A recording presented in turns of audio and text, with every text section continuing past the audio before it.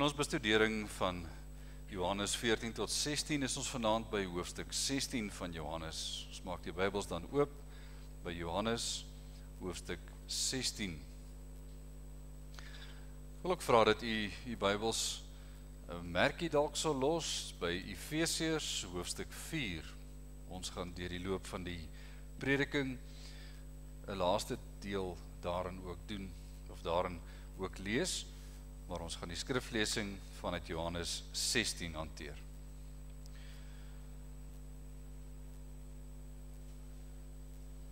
Johannes 16, ons gaan saam lees vanaf vers 5.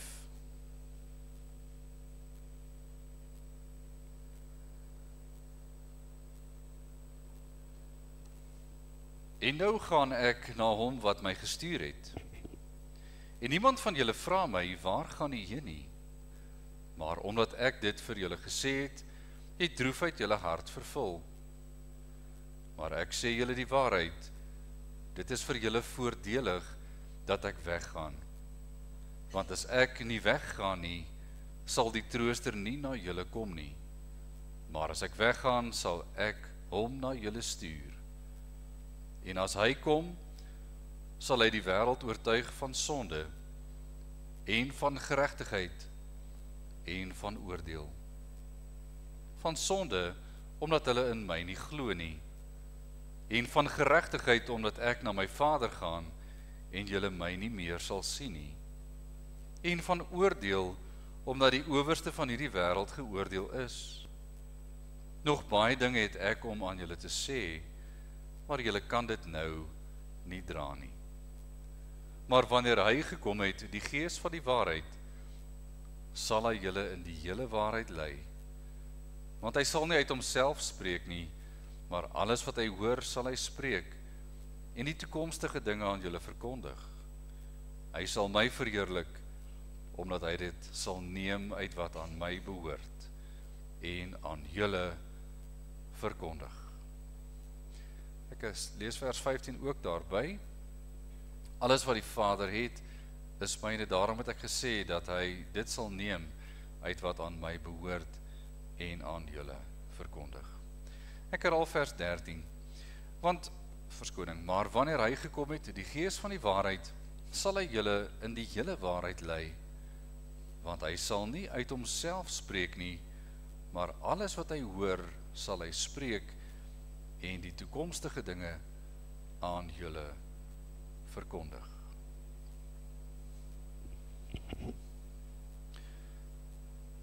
Geliefdes in ons Here Jesus Christus, wanneer Jesus in die bovertrek met sy disippels verkeer, en hierdie nou die laaste hoofstuk van sy gesprek met hulle, kom die tyd naby dat hulle die vertrek sal verlaat en daarvan af wegbeweeg. En wanneer hulle wegbeweeg, gaan hulle na die tuin van Getsemane beweeg. Hierdie nag gaan verseker 'n nag wees wat moeilik gaan wees.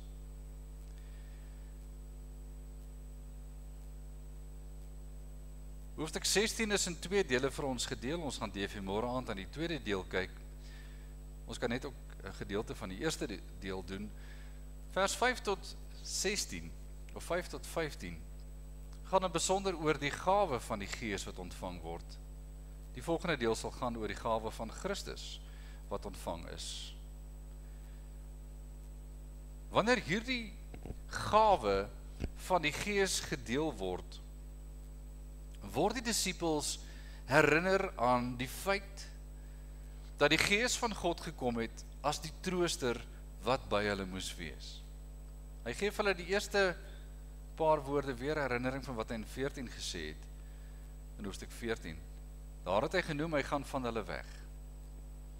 Hy sê dit weer vir julle, ek gaan weg.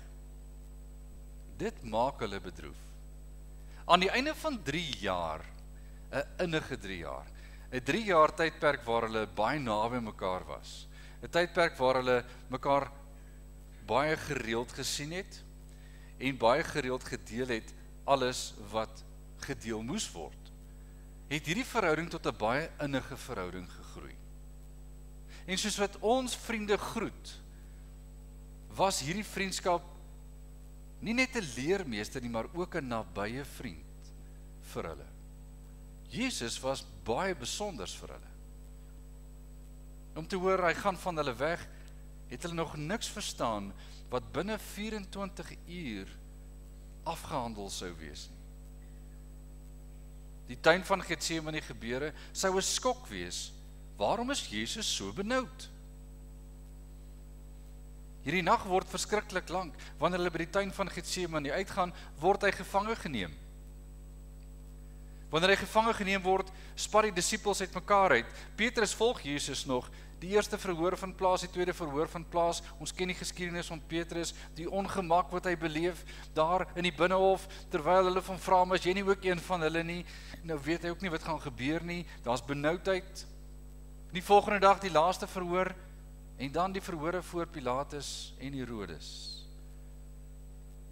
En dan 'n voltrekking van 'n vonnis. En voor son onder die volgende dag staan die kruise. Jesus is doodgemaak. Daarom is dit nie vreemd dat Jesus in vers 12, dis die gedeelte wat ons saam gaan hanteer, 12 tot 14, dat hy vir hulle sê, nog baie dinge het ek om aan julle te sê, maar julle kan dit nie nou dra nie. Julle kan dit nie nou dra nie. Julle kan nie nou verwerk wat met julle gaan gebeur nie. Die volgende paar uur gaan vir julle skrikwekkend wees. Die volgende dag gaan vir julle afgryslik wees.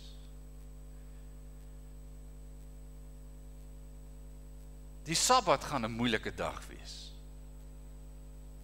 Die eerste dag van die week, die tydings wat kom, die graf is leeg. Petrus, Johannes hardloop graf toe. Die graf is leeg. Ons kyk, die graf is leeg. Ons hoor mense het hom gesien. Wie? Waar? Die aand het hulle hom gesien.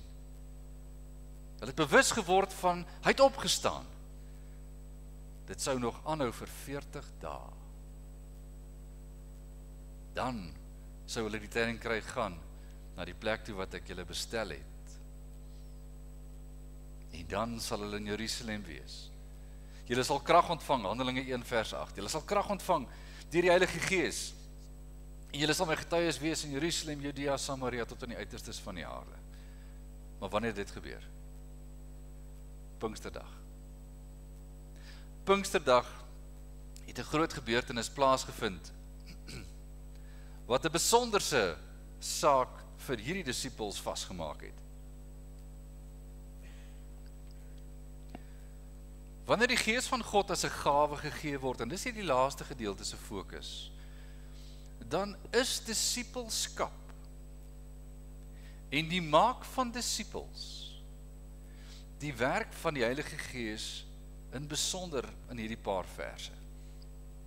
Dis die gawe wat God gee, dat daar disippels sal wees. Onthou, Jesus het die opdrag gegee met sy hemelvaart, gaan dan heen maak disippels. Disippels is 'n woord wat beteken volgeling. Die ander woord wat ons die apostels gee, is apostels. En wat beteken die woord apostel teenoor disipel? In hierdie stadium is hulle nog disippels. Hulle is volgelinge van Jesus Christus. 'n Apostel is 'n gestuurde van die Here. Hulle wat gestuur word om 'n bepaalde taak uit te voer. Uitgestuurdes. Dis wat hulle die woord apostel dan beteken vir hulle. Maar in hierdie stadium nog disippels. Hoe werk disippelskap dan wanneer die Gees van God kragtig hierdie gawe gee en hoe hy disippels maak van almal wat in Jesus glo? Vers 13, maar wanneer hy gekom het, die Gees van die waarheid, sal hy julle in die hele waarheid lei. Die ontstaan van die Nuwe Testament, die opskrifstelling daarvan, is 'n wonderwerk.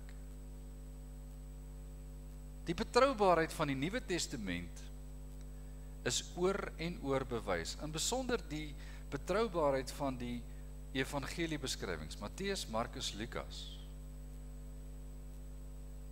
Selfs Johannes, alhoewel hy later dateer, is daar oor die 5000 manuskripte beskikbaar, net om die evangeliebeskrywings as betroubaar te bevestig. Die korrektheid, en dink daaraan in 'n historiese konteks. Dink daaraan in 'n historiese konteks. Wanneer ons een manuskrip het van 'n historikus, dan het ons die betroubare bron van wat hy geskryf het. Miskien 2 van dit, of 3 van dit. 5000 manuskripte op perkament geskryf. Geskryf op 'n bron wat maklik, selfs papier is, wat maklik verweer. En 5000 ongeveer bly behoue, het ons nie twyfel oor wat Jesus gesê het nie. Ons het nie twyfel oor wat die apostels beleef het nie. Baie betroubaar. Maar hoe het dit gebeur? Vers 13 leer van ons dat wanneer hy, dis die Gees van God gekom het, die Gees van die waarheid, sal hy julle in die hele waarheid lei. Wat is die hele waarheid? Petrus skryf in 2 Petrus 1, want die hele skrif is deur God ingegee. Die hele skrif. Deur die heilige mense. 2 Timoteus 3, praat Paulus van die skrif is deur God ingegee. Petrus praat van die heilige skrif is opgestel deur heilige mense wat deur God geïnspireer is. 2 teksverse wat 2 Timoteus 3 vers 16 en dan 2 Petrus 1. Lees ons dat God mense deur die tyd deur sy Gees geïnspireer het om op skrif te stel wat hulle moet skrywe. Die apostel Paulus praat van homself in 1 Korintiërs 15 as die ontydig geborene, die laatgebore apostel. 'n Apostel wat deur Jesus geroep is tot sy diens. Hy skryf nie minder nie as omtrent 13 briewe. 13 briewe. Die meeste van almal. En wat beskrywe word in briewe onder die leiding van Johannes, deur die Gees deur die apostel Johannes, sowel as Petrus, sowel as Paulus. Lees ons sake nie net van wat gebeur het nie, met ander woorde nie net historiese werk nie. Maar ons lees van goed wat nog moet gebeur. Lees 1 Tessalonisense 4 en vra die vraag, gaan dit oor iets wat nou gebeur het in die verlede, of gaan dit oor iets wat nog moet gebeur? Paulus eindig daardie gedeelte, bemoedig mekaar met hierdie woorde. Waaroor gaan dit? Oor die opstanding van die dooies. Die wederkoms van ons Here Jesus. Petrus skryf in 2 Petrus 3, die hele hoofstuk 2 Petrus 3, oor die wederkoms. Paulus skryf in 1 Korintiërs 15, die hele hoofstuk oor die opstanding. En aan die einde van daardie hoofstuk skryf hy oor die verandering van die liggaam. Dis nie historiese gebeure nie. Dis nie historiese gebeure nie. Dis gebeure wat nog moet plaasvind. Waar kry jy dit? Jesus sê, wanneer hy gekom het, die Gees van die waarheid, sal hy julle in die hele waarheid lei. Want hy sal net homself spreek nie, maar alles wat hy hoor, sal hy spreek en die toekomstige dinge aan julle verkondig. Hoekom sou dit nodig wees vir die apostels om die toekomstige dinge te ken? Hoekom sou dit nodig wees vir die apostels om die toekomstige dinge te ken? Want die kerk gaan nie bestaan tot aan die einde van die 1ste eeu nie. Ons lewe vandag in die 21ste eeu. Die kerk bestaan vandag steeds en daar's nog gebeure wat nog nie plaasgevind het nie. Waarom moet ons dit vandag nog hoor? Want dit kom nog. En hoekom moet ons dit as betroubaar ontvang het? Dat ons kan glo dat dit sal gebeur. Daarom het die Here dit so gewil. En hierin lê die troos vir die kerk van Jesus Christus, dat die Gees van God deur die traumatiese gebeure van Paasfees in daardie jaar waarin ons Here Jesus gekruisig is, dat hy in daardie jaar hierdie disippels vasgehou het. dat hy van daardie punt af met hulle gewerk het deur die 40 dae van verskynings na Jesus se opstanding. Dat hy hulle bemoedig het en bly bemoedig het tot 10 dae verbygegaan het en die Gees van God uitgestort is op alle vlees, hulle in besonder bekragtig is en Jerusalem kon begin, uitgaan na Judea, Samaria en na die apostel Paulus wat die vername een was wat tot aan die uiterstes van die aarde gegaan het. Dat hy sendingsreis 1, sendingsreis 2, sendingsreis 3 kon meemaak en briewe skryf aan gemeentes waar die evangelie verkondig is op daardie reise. En lees Handelinge en sien waar kom Paulus die apostel in. Hy is die een wat toekyk hoe Stefanus doodgegooi word met klippe. Hy het dit goedgekeur. Hy was die een wat na Damaskus gereis het, Handelinge 9, wat die kerk van Jesus wou vervolg. Dit is van hom wat die Here Jesus sê vir Ananias. Hy sal 'n werktuig wees vir my. Hy sal nog sien hoeveel hy vir my naam moet ly. In Galasiërs 2 lees ons waar Paulus beskryf hoekom is hy 'n waardige apostel. Terwyl ons in Handelinge 1 lees, dat 'n apostel slegs 'n oor en 'n ooggetuie kon wees van Christus se lewe op aarde, sy sterwe en sy opstanding. Paulus wou niks weet van hierdie Here Jesus nie. Hy's laat geroep, maar hy's apostel, want Jesus het op 'n besonderse wyse, soos hy in Galasiërs 2 verduidelik, het Jesus hom geleer. En dis hierdie toerustende werk van die Gees aan die apostels, wat maak dat onbegrypbare, onverstaanbare sake, wat slegs deur God geken kan word, deur mense neergeskryf is, verstaanbaar gemaak is, vandag verkondig kan word, aan die disippels wat vandag moet leef, en dat u en ek die wonderbaarlikheid van God se wil kan sien. Daarvoor moet ons die Here prys. Dat hy een van die mees betroubare bronne in die geskiedenis opgestel het. Die Bybel het 'n eenvormige boodskap van voor tot agter. Jy kan van agter lees na voor, van voor na agter, en die ongelooflike klomp lyne wat oorvleuel, maar nie teenoor mekaar praat nie. Tog 'n skrywer op skrywer op skrywer gekies om te skryf. Vat profesie vir profesie, dit gaan oor dieselfde God, die inhoud is dieselfde. Die verklaring daarvan loop heen na Christus en vanuit Christus weer terug. Die een groot verhaal van die een God, wat bemoeienis maak met sy mense, en 'n verlosser gee op die volheid van die tyd. En daarom die woord in vers 13, wanneer die Gees gekom het, die Gees van die waarheid, en dit is belangrik, want die Gees is waarheid, Christus is waarheid, die Vader is waarheid, Vader, Seun, Heilige Gees, God drie enig, is waarheid. Wanneer die Gees van die waarheid gekom het, sal hy julle lei in die hele waarheid. Die volheid van die evangelie sal gehoor word. Daar is 'n kerkgroepering met die naam Volle Evangelie. Wat wou hulle illustreer met hulle naam? Dat hulle die enigste groepering is wat die volheid van die evangelie het? Nee. Maar dat hulle staan vir die volle evangelie. Doen hulle altyd? Mens sal nie kan sê nie. Want is daar kerke vandag van gereformeerde belydenis wat erken dat die Bybel van voor tot agter die volle waarheid is? Daar is, en dan verkondig hulle net 'n stukkie daarvan.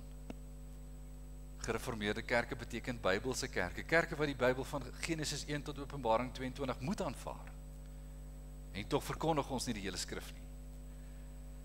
So is daar gereformeerde kerke in die groepering waarin ons is, wat nog steeds nie die volle waarheid verkondig nie, maar is die volle waarheid neergeskryf? Is dit volledig beskikbaar, of het ons nog bronne nodig? Ons het 'n volledige openbaring. Ons het 66 boeke, voldoende, genoegsaam, met die volle waarheid van God. Ons kan die hele verlossingsweg sien. Ons kan Christus vind. Ons kan disippelskap daardeur verkry. Want die Gees van ons lei ons om disippels te word van Christus. Met ander woorde, volgelinge van Christus. Ons blaai nou na Efesiërs hoofstuk 4. As 'n toepassing van hierdie waarheid wat die Gees gedoen het, en hoe dit prakties in die lewe van die kerk van Jesus Christus gebruik word. En wanneer die apostel Paulus skrywe, en dis 'n vorm wat hy gebruik in sy briewe, gebruik hy die eerste 3 hoofstukke van Efesiërs om die onderbou van die teologie te gee. Noem dit maar teorie. En wanneer hy by hoofstuk 4 kom, gaan hy oor na die praktyk. 4, 5 en 6 is praktykgedrewe hoofstukke. So werk die disippelskap wat die Here Jesus deur sy Gees laat plaasvind in die kerk van Jesus Christus. Vers 11.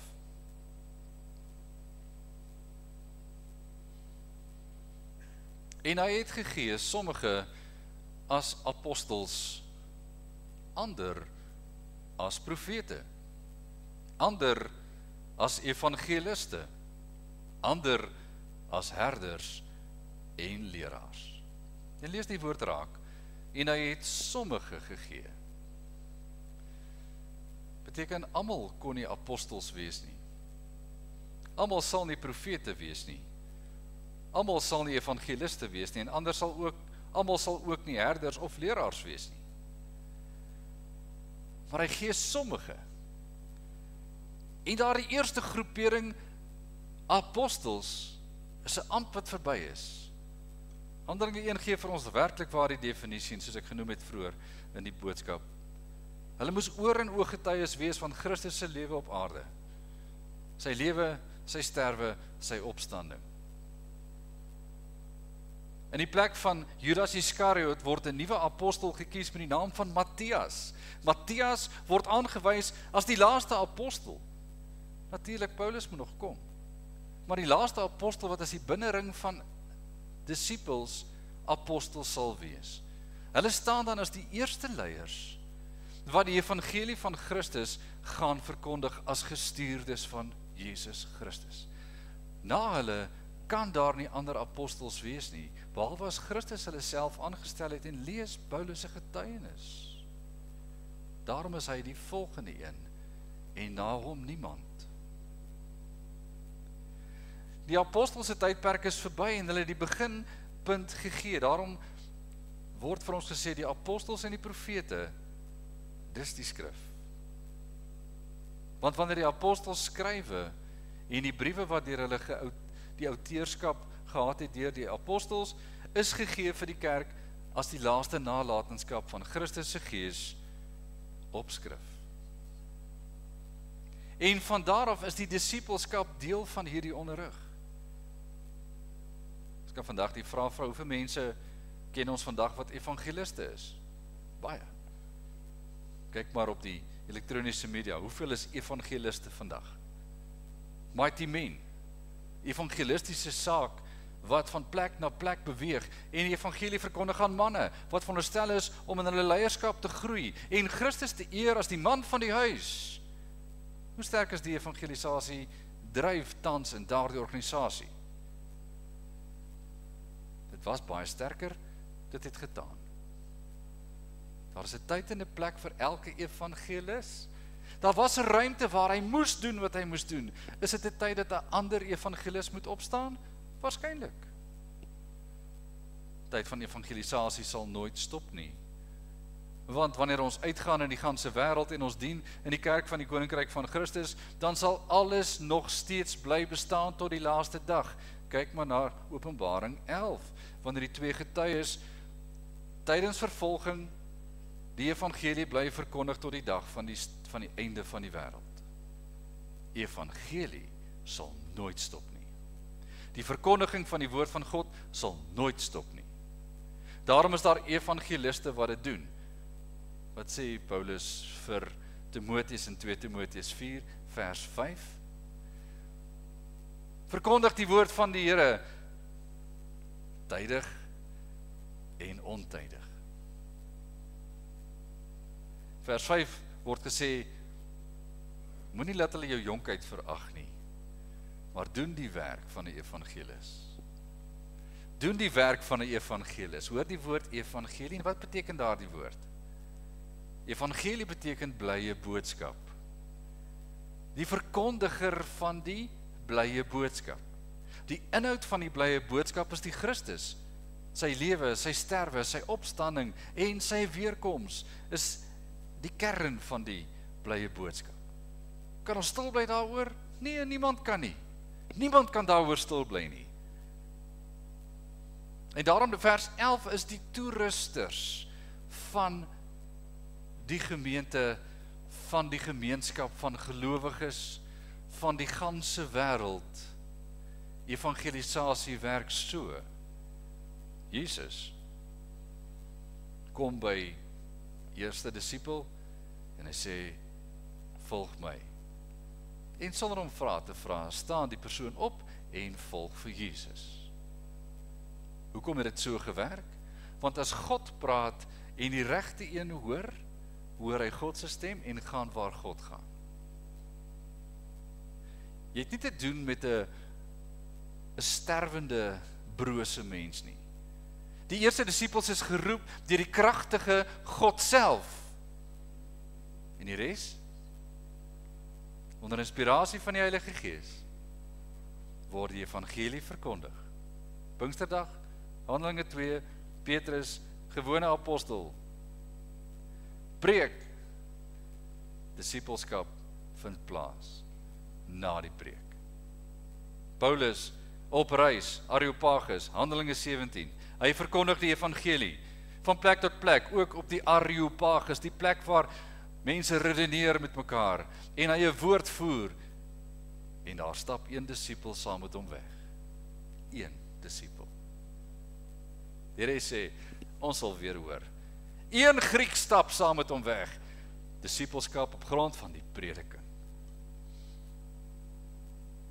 Dink aan die jare, dink dit was hier laat 70s, middel 80s, kan al vroeg 80s wees, waar Pinksterdienste onder Andrew Murray se leiding 'n vreeslike groot saak geword het in Suid-Afrika, en onder Pinksterbediening het evangelisasie plaasgevind. Bekeringsdienste het plaasgevind. Die grootste gros van ons leraars wat tans emeriteer in hierdie stadium het tot bekering gekom in die 70s en gesê ek wil leraar word. U tydgenote het in die 70er jare, tussen die 70s en die vroeë 80s, die Here Jesus gevind en 'n kragtige disipel geword wat aangegaan het. Daar's nie vandag iets soos bekeringsdienste nie. Daar's skaars aandienste. Vanaand is ons in 'n besondere aand.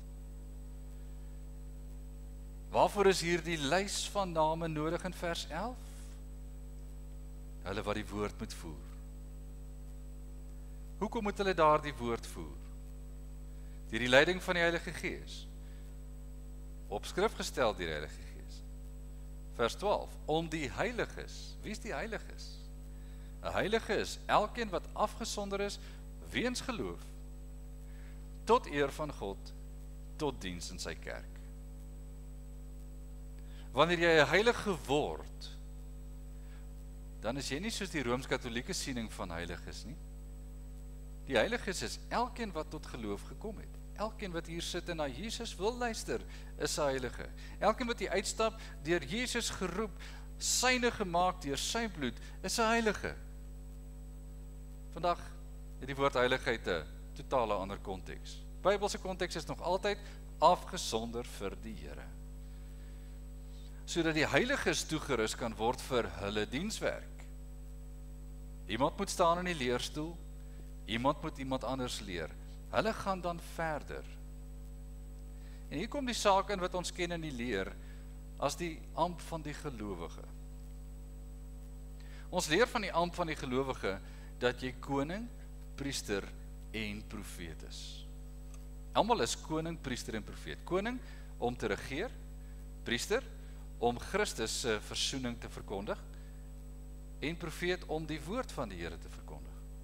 Elke lidmaat is koning, priester en profeet in die amp van die gelowige.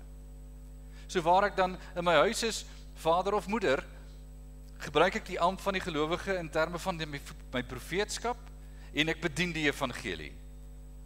My seun, my dogter, ons kan nie so maak nie, die woord van die Here sê dit. Ek sê wat die Here sê, in die lig van 'n profeet se werk. Hoekom kan ek profeet wees in my eie huis? Want dis waar ek geplaas is. As ek 'n kind groot maak tot eer van die Here, het ek 'n belofte gemaak, Here, ek sal my seun, my dogter groot maak in U weë, en ek sal haar of hom leer wie U is, totdat hulle self besef, U is God. Dan het ek my profetiese werk gedoen. Ek bly daar. Ek het my priesterlike werk gedoen, as ek verstaan dat ek my kind naby aan God wil bring.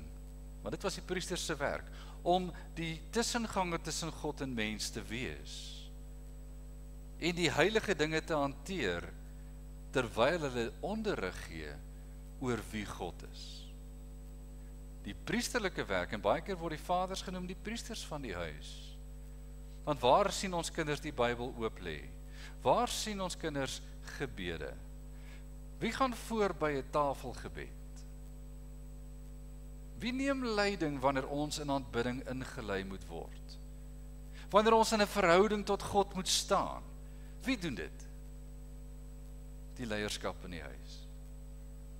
My priesterlike werk, en baie keer is dit die vaders, want die vaders dra die geloof oor na die volgende geslag. Dis die patriargale stelsel, wat die Bybel so van praat en vandag niemand meer glo nie. Want die wêreld glo, feminisme is reg, en nie eens die matriargale stelsel vandag glo, dat jy moet voorgaan nie. Moeders is alles, in die matriargale stelsel.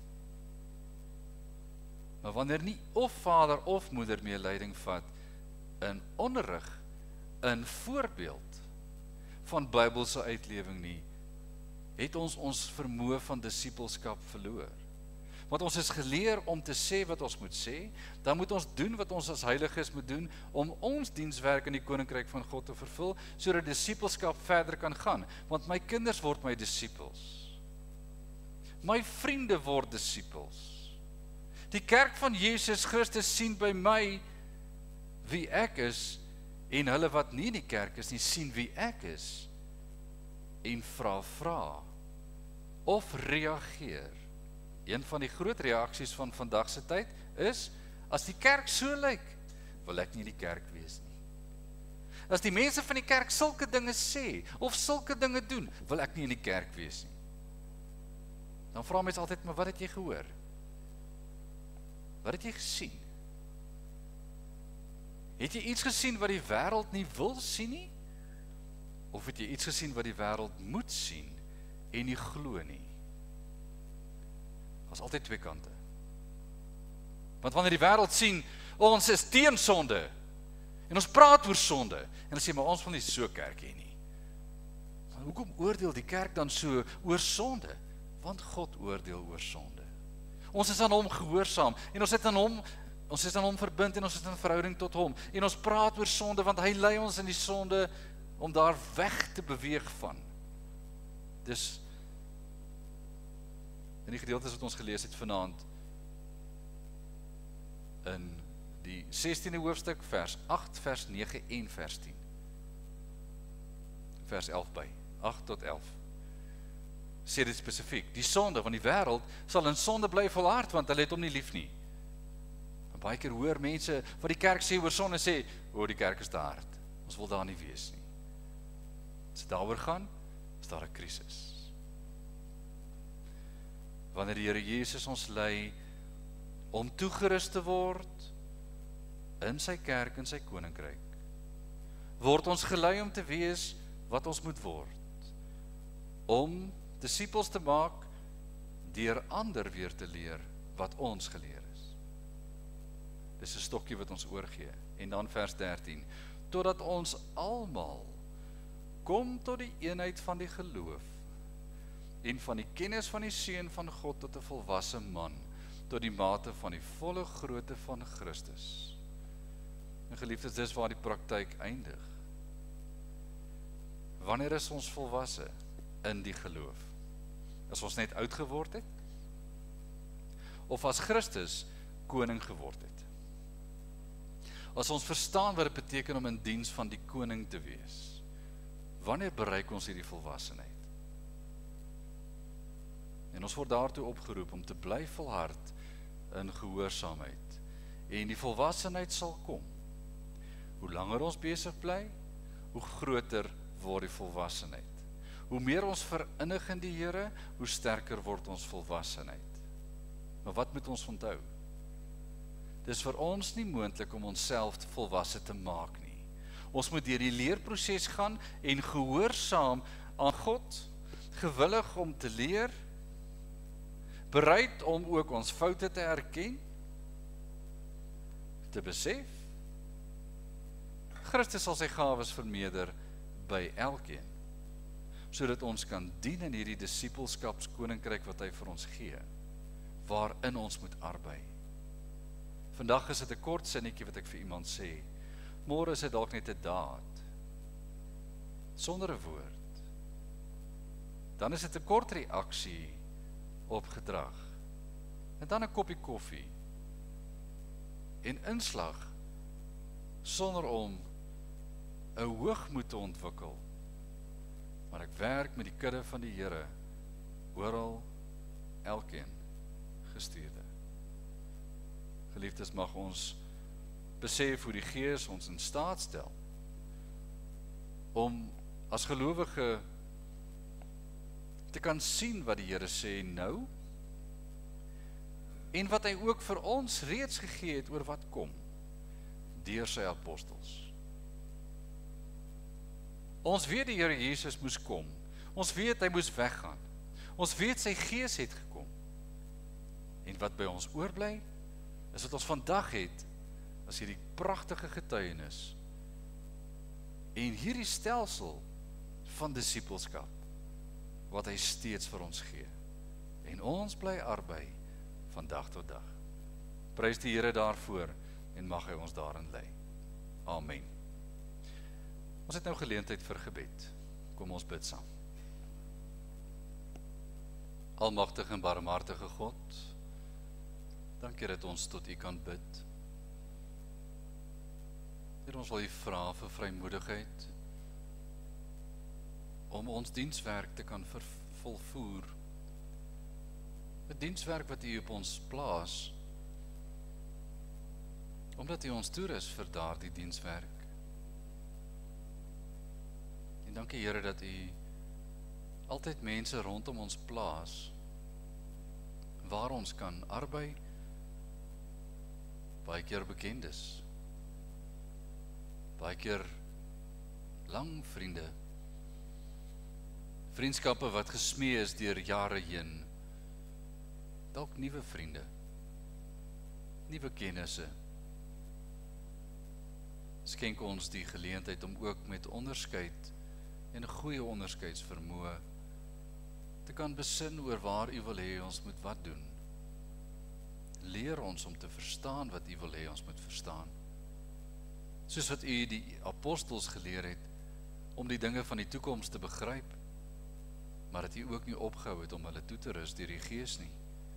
Dat U ons elke dag sal toerus in ons dagtaak, om ons roeping in hierdie wêreld te kan volvoer, elke dag stukkie vir stukkie, om 'n sinvolle geloofsbestaan te kan uitvoer. Want Here, ons kan nie sonder U nie. En ons kan nie sonder die boodskap nie. Ons kan nie sonder hierdie evangelie op ons lippe nie. Ons kan dit nie vir onsself hou nie. Ons kan dit nie beskerm en bewaar vir wie nie. U het ons toevertrou daarmee. Leer ons, Here, om dit te deel in eenvoud, soos dit ons brood uitdeel, gasvryheid meedeel, 'n bord kos vir iemand aangee, ook voed met U Gees, se kosbare toerusting. Leer ons om naby aan mense te leef, en nie in afsydigheid te staan nie. En laat ons skouers skuur met die ongelowige wêreld, en dat U lig oor hulle skyn, en dat ons die draers van U lig sal wees, soos dit ons leer in Filippense 2. Maak ons draers van lig, Here. Ons wil U dien, ons wil U bedien, en ons wil U koninkryk uitbrei. Maak ons kragtig diensknegte en diensmeisies in U koninkryk. Laat ons wees volgens U wil, in Jesus naam. Amen.